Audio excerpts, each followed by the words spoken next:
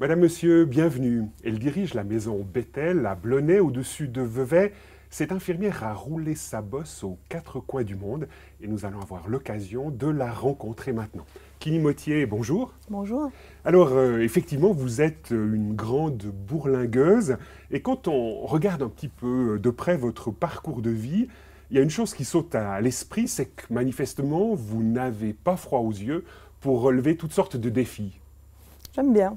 J'aime bien le changement, j'aime bien l'aventure, c'est vrai. Et ce qui surprend dans votre parcours, c'est que vous venez d'un coin de pays du canton de Vaud, mais très reculé, le pays d'en haut. C'est juste le pays d'en haut, entouré de montagnes, mais qui a l'habitude d'accueillir de grands aventuriers quand même. Et puis, mais c'est vrai que je pense depuis assez tôt dans mon enfance, j'ai eu envie de voir ce qu'il y avait derrière les montagnes. Et donc d'aller dans toutes sortes de régions du monde et de relever aussi toute une série de défis. Je vous propose de voir maintenant quelques images et on va essayer de les commenter ensemble. Avec plaisir.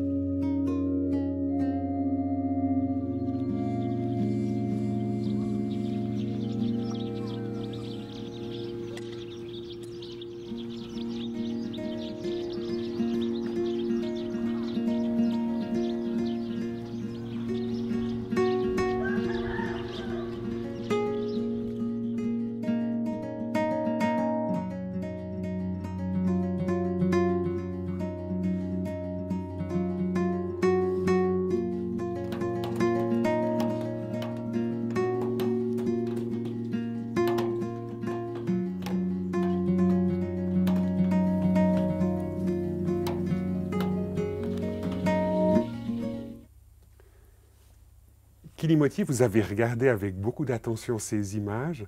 Qu'est-ce qu'elles évoquent pour vous? Ouais, personnellement, je trouve que c'est dans les plus belles images que j'ai vues sur l'Afghanistan ces dernières années. C'est ce que j'aime dans ce pays, c'est le climat, les montagnes, le climat rude, les saisons qui changent. C'est l'hospitalité. On s'assied, on partage, on mange ensemble. Donc, ce qu'il faut dire, c'est que vous avez vécu sur place pendant plus de 2 ans, près de 3 ans. Voilà, entre 1997 et 2001, ça commence à dater un peu. Effectivement, j'ai travaillé dans l'humanitaire à Kaboul. Qu'est-ce que vous faisiez là-bas? J'ai travaillé d'abord pour l'ONG MEDER, donc je dirigeais un projet dans un hôpital. On faisait la réhabilitation d'un hôpital de l'État, qui était à ce moment-là représenté par les talibans. Et ensuite, j'ai travaillé aussi dans les boulangeries. Je m'occupais d'un programme de pain subventionné. Donc, vous êtes infirmière et vous avez travaillé dans une boulangerie. On ne voit pas très bien le lien. Je faisais du management principalement. Je n'ai pas beaucoup fait de pain, très peu même. Je dirigeais une équipe. Je prenais soin d'une équipe, c'est peut-être comme ça qu'on peut faire le lien avec mon métier d'infirmière. Mais c'est vrai que c'était de la direction de projet. Et comment est-ce que ça s'est passé pendant ces années-là, cette présence en Afghanistan? Vous disiez que c'était sous le règne des talibans, donc j'imagine pour vous, en tant que femme occidentale, ça n'a pas dû être toujours très simple de se retrouver sur place là-bas. C'était pas simple, on était un petit groupe. Alors d'un côté, il y avait une immense solidarité entre nous, les femmes expatriées. Beaucoup d'idéalisme, le sentiment de pouvoir participer à quelque chose d'exceptionnel. Et puis en même temps, des règles qui se multipliaient toujours, qu'on devait respecter de plus en plus. Côtoyer un gouvernement qui refusait de nous voir, de nous parler. Vous avez publié un petit livre avec une série de chroniques, des arcs-en-ciel sous les burqas. Et ce qui est intéressant là-dedans, c'est que vous indiquez bien qu'il y avait toute une manière de faire pour rencontrer les talibans qui se pointaient à l'entrée de l'hôpital. Et ce n'était pas toujours simple. Voilà, il y avait tout un protocole.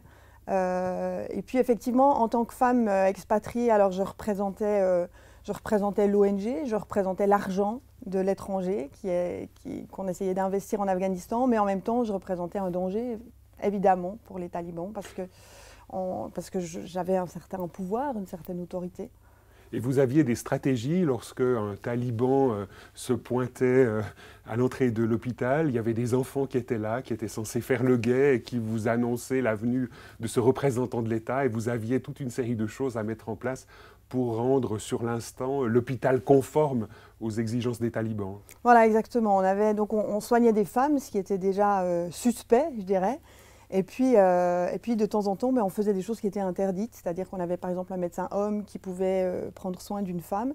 Et pour éviter qu'il soit pris sur le fait, on avait des enfants qui faisaient le guet dans la cour en jouant un peu avec leurs cailloux, en buvant du thé, et qui couraient avertir tout le monde quand un taliban était en vue pour qu'on reprenne un petit peu nos attitudes et qu'on respecte les lois. Alors je vous propose de voir quelques images maintenant qui présentent les activités d'une envoyée de MEDER sur place en Afghanistan.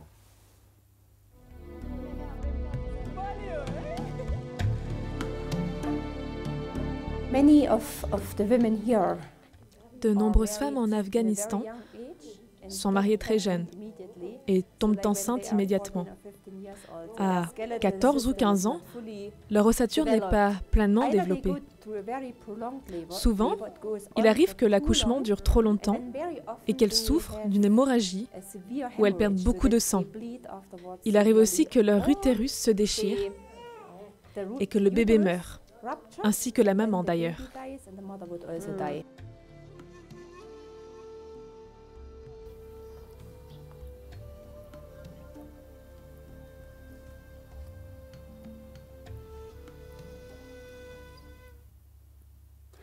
Kini Mottier, ces quelques images qu'on vient de voir là évoquent ce que vous avez fait sur place? Oui, ça ressemble beaucoup. Nous, on était en milieu urbain, c'est peut-être la différence, mais sinon beaucoup de soins pour les mamans, d'éducation à la santé, des vaccinations, tout l'encadrement pour la naissance, avant, après, et puis des soins aux enfants aussi.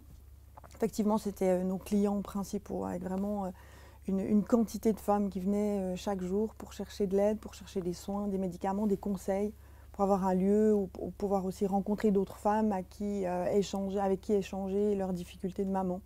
Qu'est-ce qui vous a poussé personnellement à relever ce défi de partir en Afghanistan, vraiment sur une autre planète? Oui, sur une autre planète. Moi, j'étais, je pense, depuis mon enfance, enfin mon adolescence, très attirée par la marge, pour essayer de comprendre comment est-ce qu'on peut vivre en marge, effectivement, dans un autre monde. Et là, peut-être que ces gens-là vivent vraiment en marge du monde, on pourrait dire. En tout cas, ils ont un monde à eux que je suis loin de comprendre vraiment, mais qui est effectivement très, très différent du mien. Ensuite, il y avait effectivement quelque chose d'idéaliste, mais aussi une revendication de liberté, de droit aux soins pour ces femmes, de partager aussi ce que j'ai reçu dans mon pays, de pouvoir leur donner aussi, du temps des talibans, c'était très fort, et les femmes afghanes disaient beaucoup ça. Elles disaient, parce que tu es là, quand on te voit, on se souvient que dans d'autres pays, les femmes peuvent conduire, peuvent aller à l'école, peuvent choisir leur mari. Enfin, il y avait un esprit comme ça de porte-drapeau, de dire ailleurs ça se passe autrement et peut-être qu'un jour chez vous, vous pourrez expérimenter un peu plus de liberté. Et comment est-ce que les talibans percevaient cela? Parce que c'est vrai que dans votre livre et dans vos chroniques, on perçoit bien que vous aviez certaines revendications et que parfois il y a un peu des chocs frontaux entre deux logiques, la vôtre, celle d'une occidentale et puis celle des talibans. Il y avait beaucoup d'inquiétudes de la part des talibans. Qu'est-ce qu'on allait pouvoir faire passer comme idée Mais de votre côté aussi, de l'inquiétude quand même parfois. Oh oui, bien... oui, de l'inquiétude parce que, disons, ils avaient le pouvoir, donc ils pouvaient à chaque fois édicter une nouvelle loi qui nous empêchait de faire ce qu'on avait décidé de faire. Donc déjà, ça c'était une inquiétude. Ils pouvaient nous renvoyer à la maison à chaque instant. Et puis du côté des talibans, ouais, une inquiétude et puis en même temps, pour beaucoup, une certaine forme de curiosité. Moi, je pense que, en tout cas, j'ai rencontré certains talibans avec qui j'ai travaillé de manière assez proche, qui ont eu le courage d'avoir cette curiosité parce qu'effectivement, ils n'avaient jamais été en contact avec une femme. Donc ils ont très peu de contact avec leur mère. À partir de l'âge de 8-9 ans, ils sont dans des écoles avec que des garçons. avec leur épouse, quand ils en ont une, ils ne la connaissent pas. Enfin, ils ont des contacts très, très limités avec les femmes. Donc, de devoir collaborer avec une femme, et en tout cas, un des talibans avec qui j'ai travaillé de manière assez proche a pu me dire, effectivement, j'ai découvert quelque chose. Il m'a fait le plus beau compliment que j'ai reçu en Afghanistan, après quand même plusieurs mois de négociations, de colère intérieure, parce que je trouvais qu'on ne se comprenait pas. Il m'avait dit, la première fois qu'il m'a rencontrée, il m'a dit « ça va être très difficile », parce que je n'ai jamais rencontré une femme expatriée, je ne suis jamais entrée dans un hôpital, et là maintenant je suis le directeur de l'hôpital. Et au bout de quelques mois, il m'a dit, il a dit à mon traducteur, quand même il ne me l'a pas dit en face, il a dit « Kini pourrait être ma sœur ». Et donc il y a des talibans qui ont eu cette curiosité, qui ont osé découvrir l'autre. Découvrir l'inconnu, voilà. Alors vous êtes venu sur ce plateau avec quelque chose qui incarne quelque part la réalité des femmes en Afghanistan, c'est une burqa. Est-ce que vous avez eu l'occasion de la porter, cette burqa, quand vous étiez sur place? Non, jamais. Jamais. Jamais. C'est un refus total. Vous étiez allergique? C'est-à-dire que c'était un principe, je n'étais pas obligée de le faire, donc je n'allais pas le faire. Et je ne pense pas que je serais restée en Afghanistan si on m'avait obligée de le faire. C'est pour moi de rencontrer mes amis afghanes dans la rue et de ne pas pouvoir les reconnaître, d'avoir des formes bleues qui m'appellent par mon prénom, qui me parlent, et je ne sais pas qui c'est, je ne sais pas si c'est Natifa, Nassima, Faima. Non, vraiment, j'aurais pas porté la burqa. C'est pour moi, ça peut être un choix pour certaines femmes probablement, mais à l'époque c'était quelque chose qui était imposé et qui est extrêmement difficile à vivre pour mes amies afghanes. Donc non, je ne l'ai jamais portée sur place. J'en ai acheté une qui est... Pourquoi est-ce que vous en avez acheté une? Ça fait un peu, qu'est-ce qu'il faudrait dire, souvenir de touristes qui allaient quelque part dans une région originale sur la planète? J'en ai acheté une qui était utilisée. Elle est d'occasion, elle a des marques de transpiration. Pour me souvenir, pour savoir que voilà, il y avait certaines femmes qui ne pouvaient pas acheter une burqa, donc qui ne pouvaient pas sortir de chez elles, parce qu'une burqa, ça coûtait 7-8 $. J'en ai acheté une pour montrer, pour que les gens puissent l'essayer, pour qu'on puisse se rendre compte que marcher avec une burqa, on ne voit pas les escaliers, on s'encouble, on peut porter une burqa ou des lunettes, mais on ne peut pas porter les deux. Avoir une burqa, un enfant dans les bras, plus un enfant qu'on ne voit pas, parce qu'il est à côté de soi, c'est pour que les gens se rendent compte. Moi, je ne veux pas porter un jugement sur le port du voile, etc. Mais disons, la situation, ce que j'ai vu du quotidien des femmes afghanes avec une burqa, enfin, j'oublierai jamais ça. C'était de l'ordre de l'oppression. Et j'ai ramené ça parce que, oui, pour me souvenir. Ouais. Est-ce qu'aujourd'hui encore, ça suscite une révolte profonde en vous, en tant que femme, de voir que de tels habits puissent être, comme vous le disiez tout à l'heure, des objets d'oppression? Oui, oui. Parce que, alors je sais qu'il y a beaucoup d'autres manières de rencontrer l'autre. On ne se rencontre pas uniquement par notre apparence, mais on fait passer beaucoup de choses, par le regard, par le sourire, par... les femmes afghanes, elles avaient, en tout cas à cette époque-là, pas de regard, on ne pouvait pas voir leurs yeux, pas de sourire. La démarche, on ne voit pas la démarche, enfin on les prive d'une manière de se présenter au monde. Et oui, moi je trouve ça très difficile. Et aujourd'hui, vous gardez quelque chose de cette révolte dans votre quotidien, de cette révolte que vous avez expérimentée, que vous avez vécue intérieurement en sentant, en côtoyant ces burqas et les femmes qui étaient sous ces burqas? Oui, je l'avais déjà... C'est quelque chose qui est complètement oublié. J'entends, c'est quelque part chez vous comme un objet un peu qui vous rappelle une tranche de votre vie.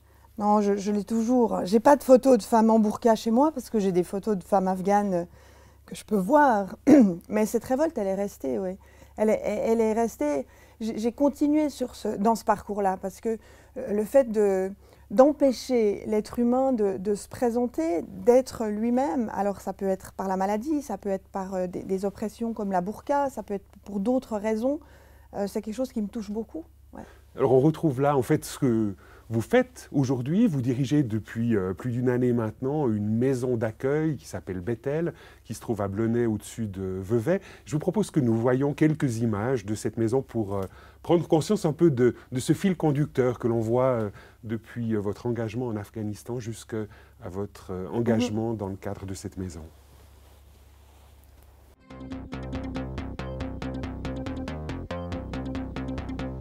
En octobre 2010, la maison Bethel à Blonay ouvrait ses portes.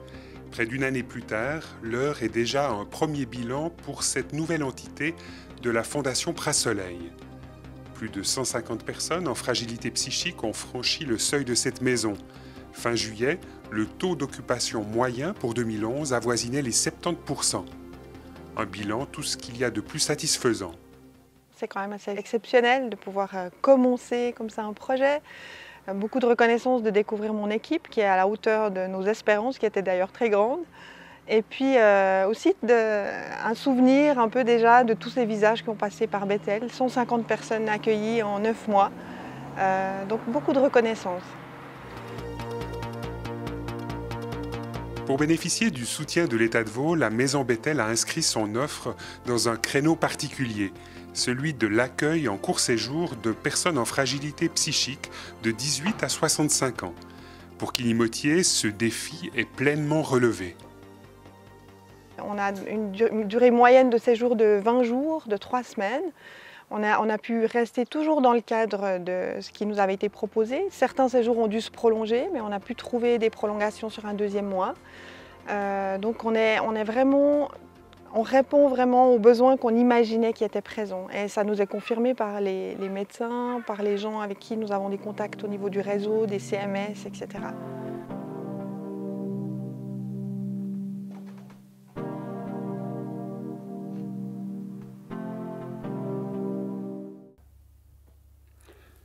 Kili Mottier, vous parliez tout à l'heure de votre intérêt pour les gens dans les marges, les gens marginalisés comme en Afghanistan. Est-ce que vous avez l'impression que justement il y a ce fil rouge qui traverse votre vie et qu'en dirigeant la Maison Bethel, vous êtes dans cette dynamique-là? Oui, pour moi c'est évident, oui.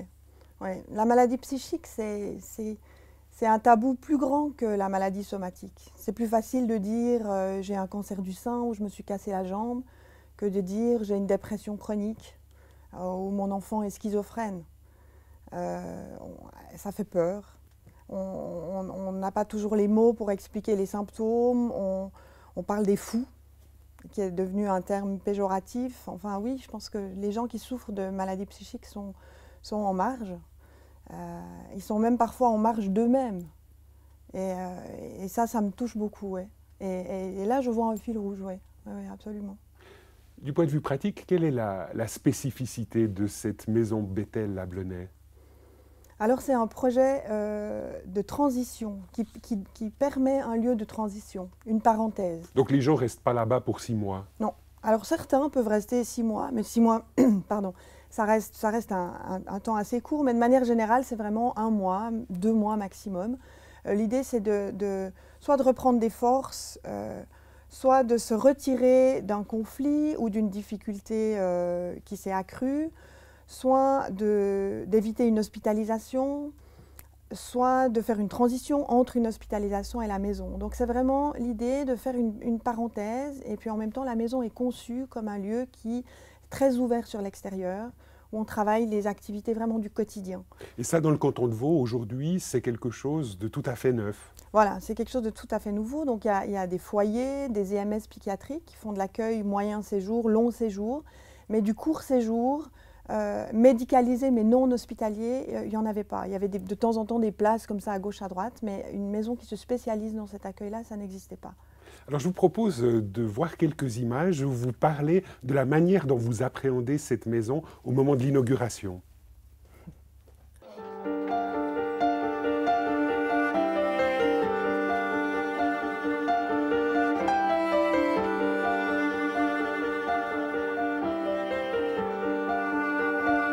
Bethel, c'est un rêve personnel, c'est un rêve de petite fille.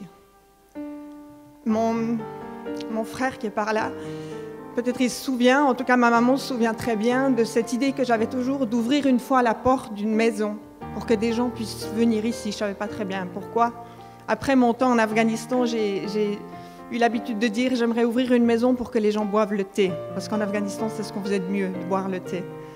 Et puis on parlait.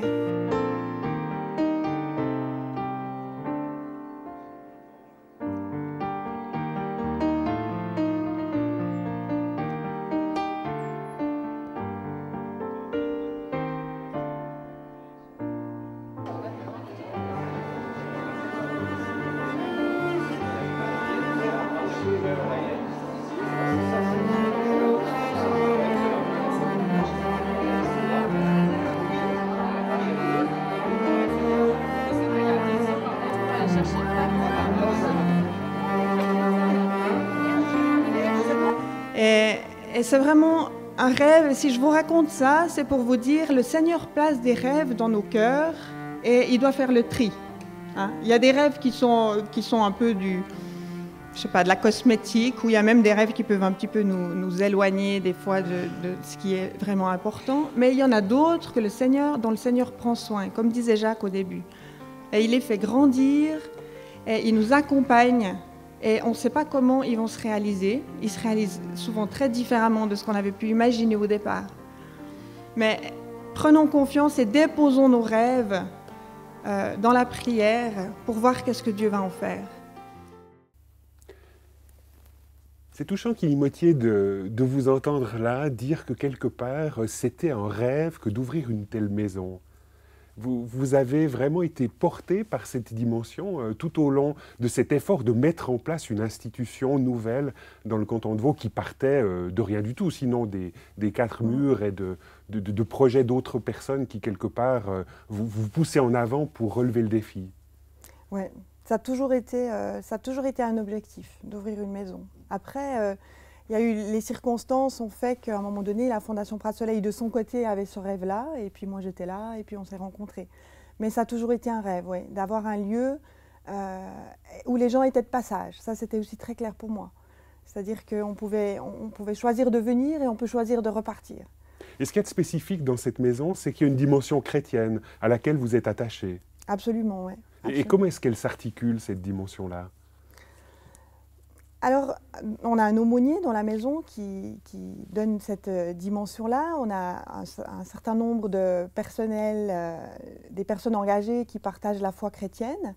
Donc on peut en parler dans nos colloques, on peut en parler entre nous, on peut en parler librement avec les patients. Les patients viennent parfois avec des demandes, parfois pas. Mais je dirais que de manière plus large, c'est résumé dans le nom de Bethel, c'est-à-dire la maison de Dieu. Donc Bethel, ça veut dire la maison de Dieu. Ça veut dire la maison de Dieu, et quand on lit cette histoire de Jacob, qui est en crise familiale, qui est dans le deuil, qui part, qui ne sait pas très bien où il va aller, eh bien Dieu lui dit à un moment donné, la maison de Dieu, elle est ici, là où tu es. C'est-à-dire tu n'as pas besoin d'aller ailleurs, la maison de Dieu, elle est là où tu es. Et ça pour moi, c'est central. C'est-à-dire que c'est comme ça qu'on essaye de vivre notre dimension chrétienne. C'est-à-dire que Dieu est là, dans la circonstance présente, dans cette parenthèse que nos patients viennent vivre à Bethel. Mais il faut être chrétien pour venir à Bethel? Il faut avoir des convictions de foi? Oh non, pas du tout. On a actuellement un homme qui est très engagé dans le bouddhisme, qui est très content parce qu'on est à côté du Mont Pèlerin, donc il peut aller voir son maître tous les 2 jours, qui est très content d'être dans un lieu où la spiritualité a une place. On a une personne aussi en ce moment qui est arrivée en disant haut et fort à la cafétéria, j'aimerais que tout le monde sache que je ne crois pas en Dieu et que même je préfère ne pas entendre son nom. Donc il y a du dialogue autour de cette question. Mais qu'est-ce que ça apporte dans l'accompagnement des personnes en fragilité psychique que de mettre en avant cette dimension spirituelle? Alors d'abord, ces questions existentielles font partie de la maladie psychique. Comment je me situe, souvent les patients ont une sensibilité particulière à la spiritualité, donc ça veut dire oser poser ces questions. Ensuite, en équipe, et personnellement dans mon travail aussi de directrice, c'est de pouvoir avoir ce discernement, ce regard qui prend un petit peu de distance, de demander de la sagesse, de oser en parler en équipe et dire, ben voilà, on est devant des situations qui nous dépassent. Et personnellement, je crois que Dieu nous donne cette sagesse pour savoir mieux accompagner nos patients. Et vous avez une formule assez originale. Vous dites en fait que vous êtes attaché à découvrir chez les patients sa biographie de la joie. Est-ce que vous pourriez nous expliquer ce que ça veut dire ? Voilà, c'est quelque chose que j'espère vraiment pouvoir développer encore ces prochaines années. C'est-à-dire que je pense que dans les moments, pour chaque être humain, les moments où je ressens vraiment de la joie profonde, une joie qui est dans la liberté, dans le respect de moi-même et dans le respect des autres, dans ces moments-là, Dieu est là. Peu importe que j'en ai conscience ou pas, peu importe mon éducation, mon passé. Et donc je pense qu'en travaillant, en faisant émerger ces moments de joie chez nos patients, on leur permet de découvrir ce lien avec Dieu, avec la spiritualité. Et vous avez une expérience ou des expériences pratiques en lien avec cela? Ça permet effectivement à des gens, lorsqu'ils réalisent cette joie, peut-être cette présence de Dieu, de se reconstruire? Oui, alors je n'ai pas d'exemple là qui me viennent, mais je pense qu'on doit faire du tri dans nos souvenirs intérieurs, dans notre album de photos. Quand on est dans une période de fragilité, et souvent la maladie psychique fait que les photos qui sont au premier plan sont des photos d'événements traumatisants et difficiles. En faisant réémerger des souvenirs positifs, des souvenirs de joie, on remet de la couleur, on remet de la vie. Et puis on pose des nouveaux appuis, on pose des pierres dans le gué de la rivière. Et moi je crois très profondément à ça. Et ce n'est pas du tout le déni des difficultés, pas du tout. C'est simplement remettre les choses dans une perspective plus équilibrée. Et puis, voilà, même dans les larmes, même dans la tristesse, pouvoir reconnaître la joie qu'on a pu éprouver, vivre, et qui par conséquent, on peut désirer de nouveau pour la suite. Et puis là, Dieu, à votre sens, se trouverait dans cette configuration-là? Voilà, moi je crois, oui. Profondément. C'est quelque chose que vous avez vécu vous-même, finalement, quand, j'imagine, vous êtes allé en Afghanistan, vous avez pas mal bourlingué sur la planète, vous avez peut-être connu des coups de déprime. Ce travail sur une biographie de la joie permet quelque part de poser quelques pierres et de continuer à avancer, comme vous venez de le dire. Oui. Je me souviens d'un temps, justement en Afghanistan, où j'étais entourée de gens qui me demandaient des choses et j'avais l'impression que je passais mon temps à dire non, ça je ne peux pas, ça je ne peux pas. Et tout perdait du sens et j'étais effectivement assez déprimée, assez triste. Et puis c'est assez classiquement dans ces moments-là qu'on dit « Oh Seigneur, viens m'aider, je ne vais pas bien ». Et j'ai eu cette conviction que je devais écrire les moments de joie de chaque journée. Et c'est là que j'ai vu que Dieu était là. Que je ne le voyais pas, mais qu'en fait, oui, il est là et il agit, il interagit, y compris dans des situations d'une noirceur exceptionnelle. Kini Mottier, merci beaucoup d'avoir accepté notre invitation sur ce plateau de réflexion. Madame, Monsieur, nous espérons que cette incursion en Afghanistan, que cette découverte aussi de cette maison Bethel vous aura intéressé. Au revoir et à bientôt.